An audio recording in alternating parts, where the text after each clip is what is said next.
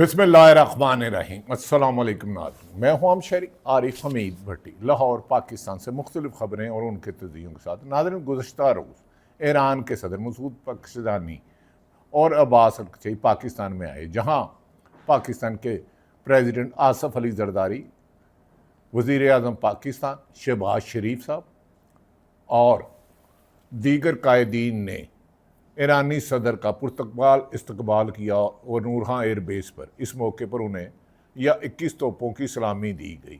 उन्हें बड़े खुश अंदाज में किया गया और उन्होंने पाकिस्तान का इस मौके पर शुक्रिया अदा किया कि जिस तरह पाकिस्तान ने ईरान और अमेरिका के दरमियान होने वाले मज़ाकरात में कलीदी किरदार किया, उसकी तारीफ़ की गई।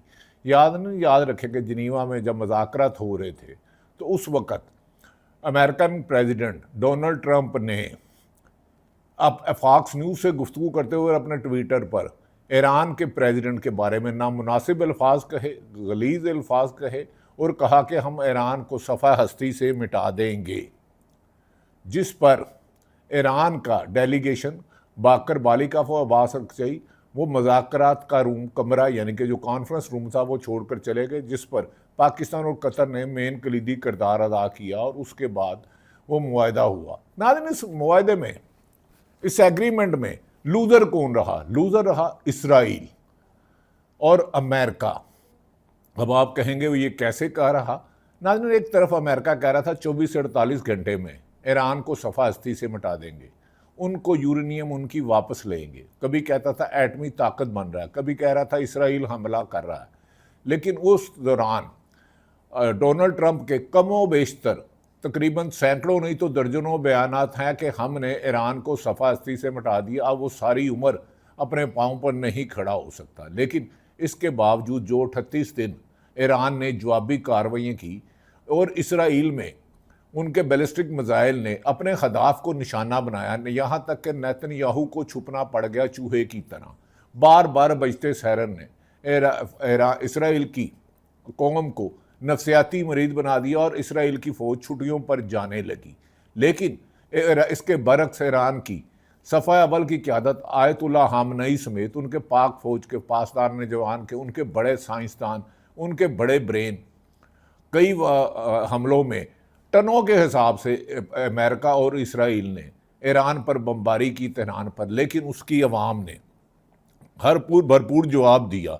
ना सिर्फ इसराइल में चीखें चिल्लाई गई, बल्कि यहाँ तक हुआ कि उनकी एयरबेस जिस मुल्क में थी उसको तबाह बर्बाद कर दिया गया।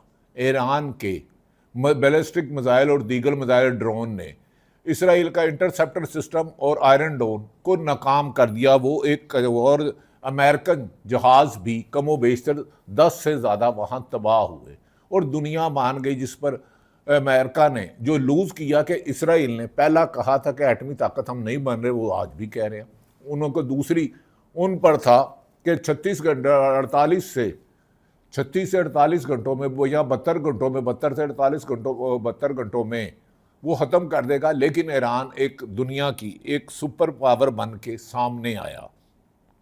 नाज़रीन, जिस पर अब्बास अरगची ने कहा कि हम यूरेनियम ये लेने की जो ख्वाहिश कर रहे हैं, यूरेनियम हमारी मुक़द्दस चीज़ है, हमें अपनी ज़मीन की तरह अज़ीज़ है और अमेरिका ख्वाब में भी ना सोचे कि ईरान उसे अपनी यूरेनियम देगा। यहाँ अगर उन्होंने इस दौरान अमेरिका ने कई दौर लगाए, एक दफ़ा तकरीबन 200 जहाज़ लेकर तेहरान पर हमला किया, लेकिन ईरान के कई जहाज़ अमेरिका के कई जहाज़ ईरान ने मार गिराए और खौफ के मारे वो यूरेनियम लेने आया था, अपने पायलट को भी वहाँ छोड़ गया और फिर भागा धूम धमा कर। ईरान को क्या फ़ायदा हुआ? ईरान ने इस दौरान आबनाए हुर्मुज़, जिसमें उसका कंट्रोल नहीं था, उसका भी कंट्रोल ले लिया और पूरी दुनिया में पेट्रोल की कीमतें 110-15 बैरल तक पहुँच गई, जो गुज़श्ता रोज़ 70 बैरल तक पहुँची। नाज़रीन, इस दौरान पाकिस्तान, चाइना और रशिया का इसका क्रेडिट ना दे कि इन्होंने दो मुल्कों में तीसरी बड़ी जंग को रोका। इसमें सबसे ज़्यादा लूज़र रहा इसराइल।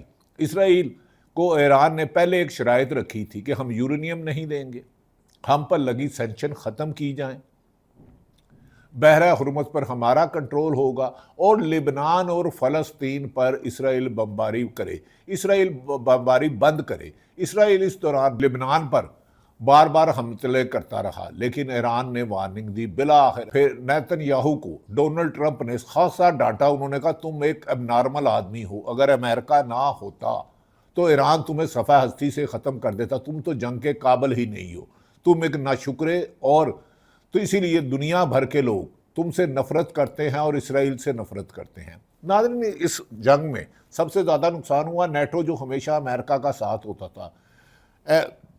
G7 ममालिक जो हमेशा साथ होते थे, बरतानिया साथ देता था, फ्रांस देता था, इस दफ़ा अमेरिका अकेला रह गया। और अमेरिका के प्रेसिडेंट डोनाल्ड ट्रंप के खुद अमेरिका में सबसे ज़्यादा प्रोटेस्ट उनके खिलाफ हुए। और उन्होंने कहा डोनाल्ड ट्रंप नेतन्याहू की दोस्ती में ईरान अमेरिका को एक ऐसी जंग ले जा रहा है ईरान के साथ जो तीसरी बड़ी जंग होगी, जिससे अमेरिका में बहुत ज़्यादा महंगाई हो गई और ट्रंप के ख़िलाफ़ मुजाहरे होने लगे और जिसमें लाखों की तादाद में लोग बाहर निकले।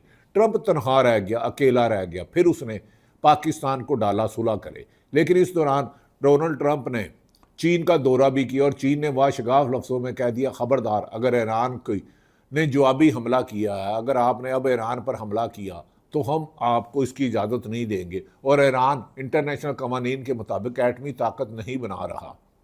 नाज़रीन, मुख्तसर ये कि दर्जनों मरतबा मुज़ाकरात के द्वार शुरू हुए।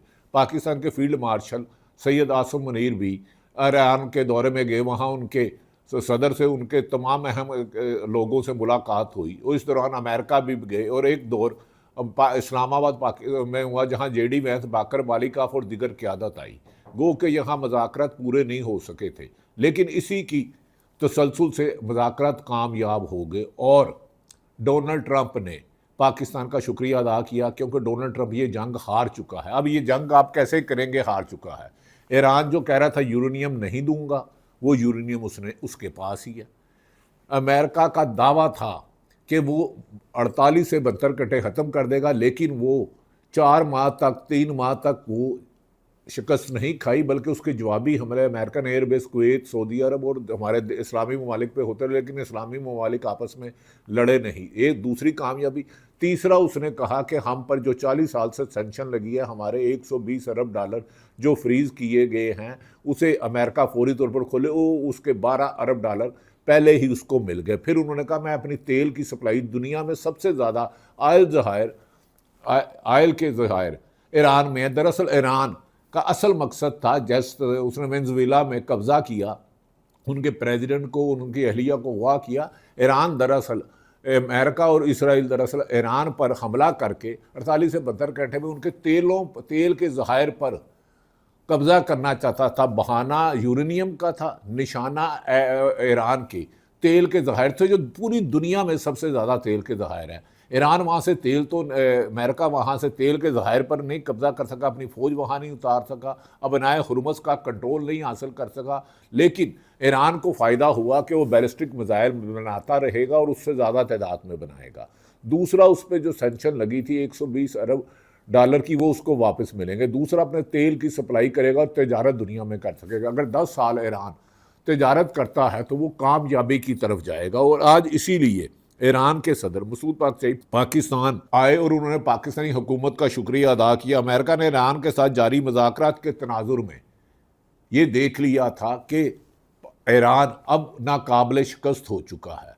जो उनके दूर ममालिक थे, बरतानिया और नेटो और G7 ममालिक डोनाल्ड ट्रंप का साथ छोड़ चुके थे, अमेरिकन आवाम उसका साथ छोड़ चुकी और अरबों डॉलर का नुकसान करके अमेरिका के कुछ पल्ले नहीं आया। डोनाल्ड ट्रंप को शिकस्त, कोई दुनिया कह रही है कि इस जंग में का फातिहा ईरान है, जिसकी मैंने शराइत बता दी कि एक, उसने अपने यूरेनियम नहीं दी। अमेरिका पूरी ताकत लड़ाका F-35 और F-10 इस्तेमाल करने के बावजूद उनकी ताकत को, पासदार इनकार को ख़त्म नहीं कर सका। दूसरा, उनके रिज़र्व जो असासे थे उन्हें खोल दिया गया। अब तेल सस्ते कीमत पर देगा और पाकिस्तान के साथ एक बड़े मुआहदे तय पा रहे हैं, जिससे पाकिस्तान के तरक्की के रास्ते खुलेंगे। अमेरिका अब ये समझ गया है कि अगर उसने मज़ीद नेतन्याहू की दोस्ती में किया, और तो दूसरी तरफ नेतन्याहू के लिए इलेक्शन में इसराइल में होने वाले मुश्किलात आ रहे हैं। उसके 2 साबिक़ प्राइम मिनिस्टर ने नेतन्याहू के खिलाफ इत्तेहाद कर लिया और कंपेन चलाई जा रही है। कहा जा रहा है कि डोनाल्ड नेतन्याहू के खिलाफ करप्शन के केस खुल सकते हैं। ना सिर्फ अब उसकी हुकूमत जाएगी, एक तो जंग वो हार गया, दूसरा वो जेल भी जा सकता है। और दूसरी तरफ ट्रंप के लिए भी एक बुरी खबर है। जितने भी अमेरिकन मीडिया, न्यूयॉर्क टाइम हो, वाशिंगटन पोस्ट हो, BBC हो, CNN हो, उन्होंने कहा कि ट्रंप अपनी मकबूलियत का ग्राफ अब सबसे नीचे गिर चुका है और तकरीबन 22 या 28% सिर्फ लोग उसके साथ है, बाकी सारे समझ रहे हैं कि खुद इसराइल मीडिया कह रहा है कि इसराइल के 90% लोग, 88% लोग समझते हैं कि इसराइल जंग हार गया और ईरान ये जंग जीत गया। अब डोनाल्ड ट्रंप नवंबर में होने वाले इलेक्शन में अपनी नाकामी भी देख रहा है और वो सोच रहा है कि काश वो ट्रंप के साथ जंग में ना जाता। नाज़रीन, ये वो हालात हैं कि जिसे ट्रंप के लिए ईरान ने ज़मीन तंग कर दी और अब खासा शर्मिंदा सा नज़र आता है। दूसरी तरफ नाज़रीन, गुज़श्ता रोज़ फिर आज इमरान खान अडयाला जेल में कैद, पाकिस्तान के साबिक वज़ीर आज़म मोहतरम इमरान खान, जिन्हें कैद तन्हाई में 4 साल तकरीबन 8 माह हो चुके हैं और 3 साल अगस्त में हो जाएंगे, उन्हें आज भी उनकी बहनों से मुलाकात नहीं कराने दी गई। सिर्फ ये इसलिए डरते हैं कि अगर इमरान खान की बहनों से मुलाकात हो गई तो उसके ख़िलाफ़ जो इंतकामी कार्रवाइयाँ की हैं उसके सारे राज अफसा हो जाएंगे और इस पर हुकूमत की गिरफ्तारी, हुकूमत के ख़िलाफ़ इंतकामी कार्रवाई होगी। नाज़रीन, दूसरी तरफ मज़हर अब्बास जियो के प्रोग्राम रिपोर्ट कार्ड में सीनियर साफ़ी हैं और हमारे ज़ाती दोस्त हैं, उन्होंने शहबाज शरीफ के बारे में कौन से हक़ाइक़ किए, ये सुनिए। शहर में वो मोतबर मेरी गवाही से हुआ, फिर मुझे इस शहर में नामोतबर उसने किया, क्योंकि वो ये इतराफ़ कर रहे हैं कि इस वक्त जो वो वज़ीर आज़म हैं वो एक धांधली शुदा इलेक्शन के नतीजे में है। देखिए वो है ना, शहर में वो मोतबर मेरी, यानी कि मदर अब्बास साहब कहते हैं कि शहबाज शरीफ ये इतराफ़ कर रहे हैं कि वो जो इलेक्शन में कामयाब हुए हैं, वज़ीर आज़म बने हैं, वो धांधली ज़दा हुए हैं। तो मुझे बताए, धांधली ज़दा में कायम होने वाला शख्स क्या अवामी नुमाइंदगी का हक़ रखता है? नाज़रीन, इसका फ़ैसला आप खुद कीजिए। नाज़रीन, अडयाला जेल के बाद एहतजाज करते हुए इमरान खान की बहनों को और PTI की लीडरशिप को मुलाकात ना करी गई तो अलीमा खान ने गुफ्तगू करते हुए बातें कही। आप अलीमा खान की ज़बानी सुन लें। दहशतगर्दी नहीं है, ये हर पाकिस्तानी का हक है कि अपने अपने हकूक़ के लिए खड़ा हो, अपनी आज़ादी के लिए खड़ा हो। इसलिए ये नहीं रोक सकेंगे ये इस वक्त। ये तो आपका ख्याल है सिर्फ कश्मीर में है, पाकिस्तान इसी तरह खड़ा होगा। आपके साथ ख़वातीन होती है और वर्कर होते हैं, यहाँ पे ज़्यादातर ख़वातीन आपके साथ होती हैं, तो ये तासुर दिया जाता है कि यहाँ पे ख़वातीन आती हैं और इसके अलावा PTI के वर्कर आते हैं, उनकी कोई वर्ती नहीं है। इसी वजह से 8-9 महीने हो गए हैं। बिल्कुल बता रही हूँ, अपना हक मांग। नाज़रीन, अलीमा खान ने आज चला जाएगा। ये तैयारियां जो आप बता रही हैं कि आने वाले दिनों में तैयारी नहीं है, ये रिएक्शन आएगा। तो ये रिएक्शन आप कब तक कश्मीर में पॉसिबल देखें, है? आप मुझे क्या पता है, आपने कश्मीर में देखा लोग बैठे हुए हैं, कौन है वो लोग? दहशतगर्द है, औरतें बच्चे दहशतगर्द है। किस किस को दहशतगर्द करोगे? आजकल तो अगर आपको कोई दहशतगर्द कहते हैं ये बहुत बड़ा एहसास है, क्योंकि हम सारे दहशतगर्दी की अदालत में उन्होंने पूछा आज कि केटी में दहशतगर्दी हो रही है, आपका क्या ख्याल है? मैंने कहा मेरी बात सुनो, आजकल दहशतगर्द होना एहसास है पाकिस्तान में। जब दहशतगर्द अदालत में जाए तो 85 साल के लोग, बच्चे, हर एज ग्रुप का, हम सारे दहशतगर्दी तो हैं। तो इसलिए आज आप कश्मीरियों को दहशतगर्द कह रहे हैं, हर एक को जिसका मुंह अलीमा हाँ कह रही हैं आज कल सियासतदानों पर दहशतगर्दी के मुकदमे नहीं होने चाहिए, क्योंकि हम सब पाकिस्तान से प्यार करते हैं। पाकिस्तान की अवाम, अलीमा हाँ हो या सहाफ़ी हो या मुस्लिम लीग नून हो या PTI हो या पीपल्स पार्टी हो, पाकिस्तान से प्यार करें खुदा के लिए, कौम को तकसीम ना करें। अलीमा खान ने फिर अडयाला जेल के बाहर मुलाकात ना करवाने पर तौहीन अदालत करने वाली हुकूमत और अदालतों की तौहीन करने वाले के बारे में से बात नहीं करता, कोई सवाल से प्लान नहीं दिया जाता। पार्टी क्या तो खामोश आप रहने दें। यहाँ क्या आपने कितने बच्चे देखे थे? कितने हजारों लोग लाइमल तो पार्टी ने आप एक सेकंड, हजारों लोग आए हुए थे, आ रहे हैं ना, ये खड़े हैं ना, ये पाकिस्तानी हैं। इमरान कहते हैं मेरे पाकिस्तानी हो और आएंगे और क़यादत भी आएगी। क़यादत पंजाब का है, पंजाब के साथ इन्होंने जुल्म कर आज क्या करते हैं? आपको पता है लोगों को फ़ोन कॉल नहीं जाती है, रातों को फ़ोन कॉल आ जाती है, डराते हैं, इनको धमकाते हैं। एजेंसियों वाले यही करते हैं, तो जुल्म है ना ये।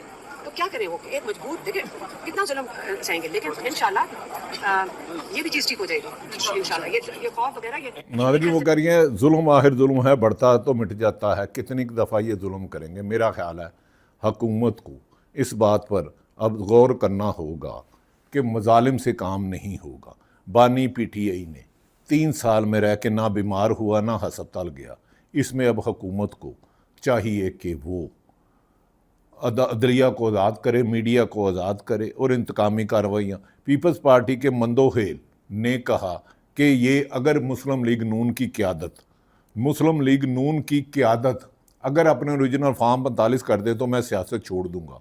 क्या अब मुस्लिम लीग नून के नवाज शरीफ जो यास्मीन राशिद से हारे थे, ख्वाजा आसफ साहब, क्या वो अब अपनी पार्टी को या आवाम को फॉर्म 45 दिखाएंगे कि वो इलेक्शन हारे थे या जीते थे? नाज़रीन, और मुख्तलिफ भी मैंने आपको सवाल सुनाए। शाहिद खटक ने कहा कि शहबाज शरीफ, हम आपको पेशकश को कबूल करते हैं 2018 के इलेक्शन की तहकीकात के साथ 2024 इलेक्शन के फॉर्म 47 की भी तहकीकात कराई जाए। शाहिद खटक जो पीपल्स पार्टी के पाकिस्तान तरीके इंसाफ के MNA पाकिस्तान के MNA, उन्होंने कहा कि शहबाज शरीफ, हम आपकी पेशकश को कबूल करते हैं 2018 इलेक्शन के तहकीकात के साथ साथ 2024 इलेक्शन के फॉर्म 47 की भी तहकीकात कराई जाए। हिम्मत करें और आज़ाद जुडिशल कमीशन बनाने का ऐलान करें, जैसे इमरान खान ने असम्बली के फ्लोर पर 2018 के इलेक्शन की आज़ादाना तहकीकात का किया था, लेकिन आप भाग जाओगे। 18 में भी इमरान खान की PTI की सीटें कम की गई थी